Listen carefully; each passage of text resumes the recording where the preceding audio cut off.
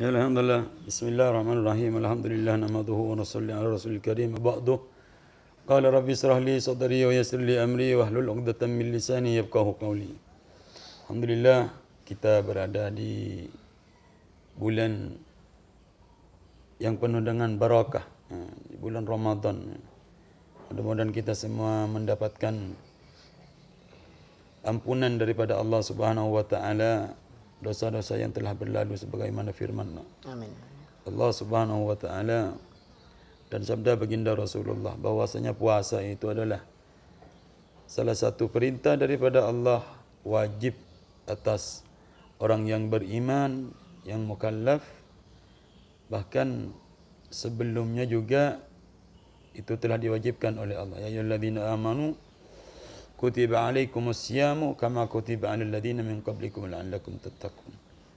Dan juga Rasulullah bersabda, man shoma ramadhana imanan wa ihtisaban ghufira lahu ma taqaddama min dhanbihi. Wa fi riwayatil ukhra ma taqaddama min dhanbihi wa ma ta'akhkhara. Kama qala Nabi sallallahu alaihi wasallam. Alhamdulillah, mudah-mudahan semua ibadah kita, puasa kita diterima oleh Allah Subhanahu wa taala. Terus kita menyikapi kejadian-kejadian aneh ya. Ini kejadian-kejadian aneh ya, yang orang tidak mengetahui bagaimana sesungguhnya di kampung kita bermuamalah ya, dengan orang yang ada di sekelilingnya, atau bermuasyarah dengan orang yang sekelilingnya, dan berakhlak dengan orang yang di sekelilingnya. Ini memang terjadi di mana-mana, hampir di mana-mana.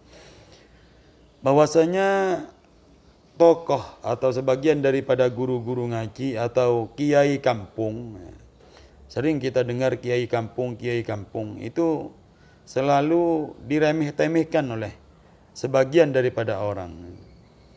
Maka hal tersebut ini sebetulnya yang menjadi penghambat bagi seorang hamba dia dekat dengan Allah Subhanahu wa taala.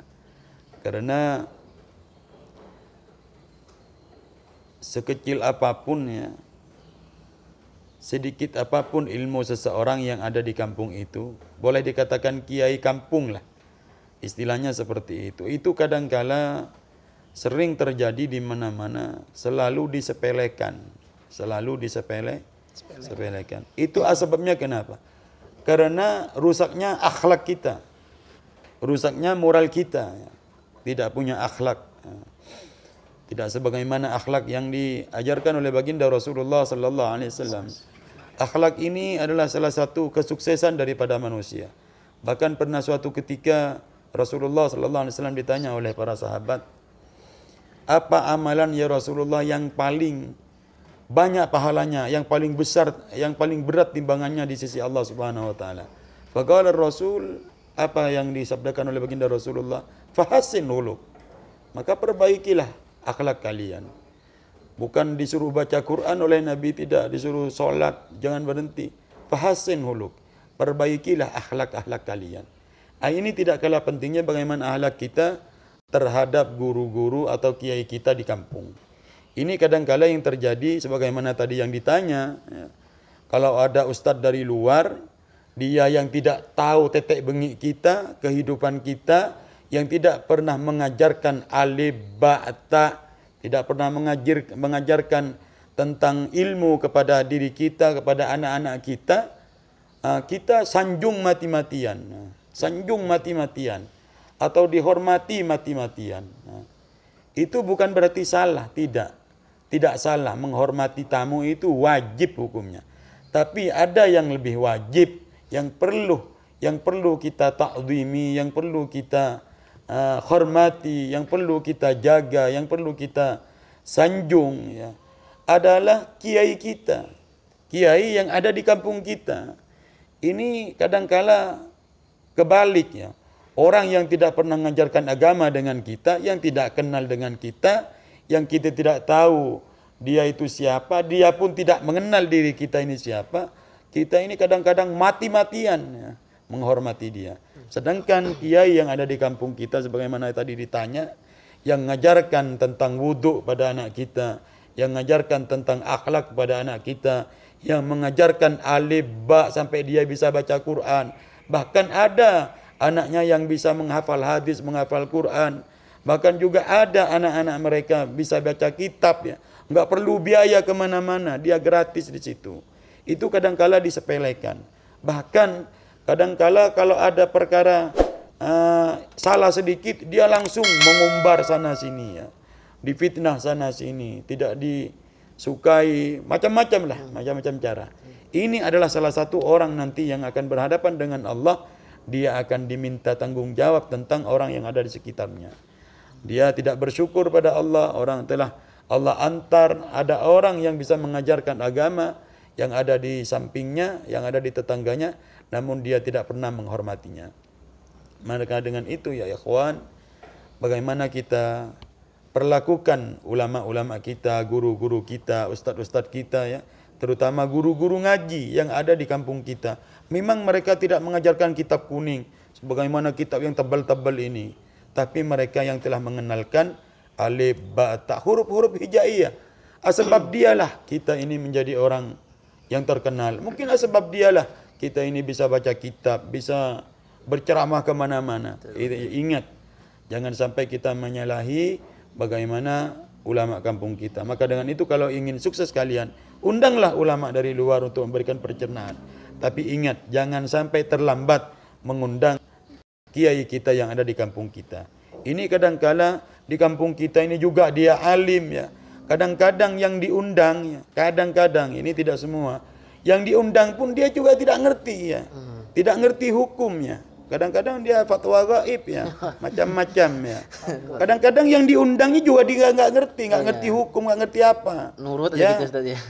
Kita nurut mati-matian, sedangkan yang di tetangganya dia kiai, ustadz yang alim, yang bahkan keluaran dari Yaman, tidak dihormati ya. Kita biarkan mereka-mereka yang awam, yang nggak ngerti ya, yang kadang-kadang bawa tek ya. Alhamdulillah itu yang kita sanjung. Ulama-ulama yang ada ya, yang sering mendoakan kalian, bahkan kalau ada kematian dia yang merawat, dia yang memberikan bagaimana cara memandikan yang betul, bagaimana cara mengafani yang betul, dia yang memberikan ilmu, yang membelajarkan ilmu kepada anak-anak kalian. Maka dengan itu pentingnya bagaimana kita ikhtiram, hormati ya kiai-kiai kita di kampung kita. Bukan berarti kita tidak boleh menghormati tamu, itu wajib, tapi bagaimana kita mempunyai kewajiban yang lebih daripada tamu yang datang. Itu hanya paling 1 hari ya. Tapi kalau kiai kita di kampung ini ada keluarga kita mau mati nggak bisa la ilaha illallah, dia yang mentelekenkan. Ada pekapanan, ada talqin mayit, ada tahlil, ada doa, ada ini, ada mantenan minta doa, ada tahlilan minta doa, ada akhalan minta doa. Dia segalanya. Tapi kadang-kadang kalian antum semua kadang-kadang menyepelekan. Maka dengan itu bertobatlah agar diri kita ini diampuni oleh Allah Subhanahu wa taala, dan menyesallah kalau memang pernah kita berbuat sedemikian rupa. Alangkah baiknya bagaimana kita hormati kiai kita di kampung, lebih-lebih kiai yang mengajarkan anak-anak kita tentang haid, tentang adus, tentang najis. Itu perlu kita jaga. Bahkan bukan hanya dijaga, dibantu. Kadang-kadang kita ini ngantarkan anak, Pak Kiai, Pak Ustadz, tolong anak saya dibimbing ya. Sampai dia berhenti sendiri, nggak pernah ngantarkan beras setengah kilo pun. Itu saking ikhlasnya Kiai itu, tidak pernah negor, tidak pernah minta. Maka dengan itu, jadi kita jangan kebalik. Kadang-kadang dengan tetangga jauh, Kiai jauh, kita hormat. Dengan tetangga kita kadang-kadang kita dimusuhi. Pas ada keluarganya mau mati, baru datang. Baru kita dibutuhkan. Ini jangan sampai seperti ini. Hormatilah kiai yang ada di kampung kita agar diri kita ini, dan mungkin dengan adanya ulama tersebut, mungkin karena adanya kiai tersebut di kampung, diri kita ini berada dalam keadaan ya dilindungi, diselamatkan oleh Allah Subhanahu wa taala, sehingga kampung kita aman. Mungkin kita tidak tahu, mungkin dengan asbab doanya para guru-guru ngaji ya. Maka dengan itu senantiasalah menghormati ulama-ulama, ustadz-ustadz yang ada di kampung kita. Gunakanlah dia, gunakan dia. Orang yang jauh itu nomor 10 ya. Nomor 10 kalau ada di antara lagi di masjid-masjid kita ini, kadang-kadang ada kiai di situ, ada ustadz di situ. Dia tidak digunakan di masjid. Yang naik ke mimbar-mimbar kadang-kadang orang nggak tahu dia di mana rumahnya, orang bodoh juga dia. Kadang-kadang orang nggak ngerti apa-apa juga dia, hanya berani bawa buku aja. Nah, seperti itu. Ini perlu juga kita ini. Ini sudah akhir zaman ya ikhwah. Sudah akhir zaman. Jangan kita biarkan dolim, munafik ya kepada orang-orang yang berilmu. Orang berilmu itulah orang yang akan menyelamatkan diri kita nanti di akhiratnya Allah Subhanahu wa taala, dengan asbab ilmu mereka disampaikan kepada kita sehingga kita cara wudhu betul, cara ini betul, semua akan betul. Kalau kita gunakan mereka, lebih-lebih orang-orang yang dari pesantren, subhanallah, disampit, masya Allah ya. Kiai-kiai banyak, anak-anak muda yang dari pesantren banyak. Tapi itu semua tidak digunakan, hanya sedikit saja yang digunakannya. Maka dengan itu mudah-mudahan dengan video ini, mudah-mudahan terbuka hati kita yang biasa memblok-blok ini oleh Allah SWT diberikan hidayah dan diberikan taufik ya. Amin. Diberikan taufik sehingga dia nanti akan sadar kalau perbuatannya itu salah satunya kurang tepat.